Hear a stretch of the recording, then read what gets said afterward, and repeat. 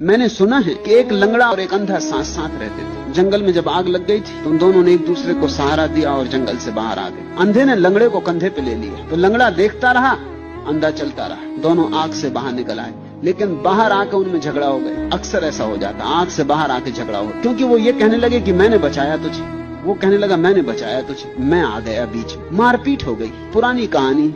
उन दोनों ईश्वर देखता रहता था ऊपर से कि कहां क्या हो रहा। अब तो थक गया, ऊब गया, और अंधे लंगड़ों को कब तक देखता रहे। उसे बड़ी दया आई। उसने कहा कि इन दोनों को ठीक कर दूं जाके। आया, दोनों नाराज होकर एक दूसरे से अलग अलग झाड़ों के नीचे बैठे विचार कर रहे थे कि किस तरह। अंधा सोच रहा था इस लंगड़े की आंखें किस तरह फोड़ दूं, बड़ी अकड़ बनाए हुए आंखों की। और लंगड़ा सोच रहा था इस अंधे की टांग कैसे तोड़ दूं। तभी ईश्वर आया। उसने पूछा पहले को, उसने सोचा कि जब मैं अंधे से पूछूंगा कि तू कोई एक वरदान मांग ले तो वो मांगेगा वरदान कि मेरी आंखें ठीक कर दो। जब उसने अंधे से कहा कि कोई एक वरदान मांग ले तो अंधे ने कहा, हे प्रभु, जब दे ही रहे हो, इतना दिल दिखा रहे हो, तो एक काम करो, इस लंगड़े की आंखें फोड़ दो। और यही लंगड़े ने भी किया। ईश्वर तो बहुत चौंका, तभी से तो आता नहीं कि अंधे लंगड़े बड़े खतरनाक हैं। लंगड़े से पूछा, सोचता था यही कि कम से कम ये बुद्धिमानी दिखाएगा, अपने पैर ठीक करवा लेगा। लेकिन उसने कहा जब आ ही गया आप, अब इतना कर दो कि इस अंधे की टांगें तोड़ दो। आदमी जैसा है, ईश्वर के वरदान का भी गलत ही उपयोग होगा। तुम्हारे दान की क्या बात है।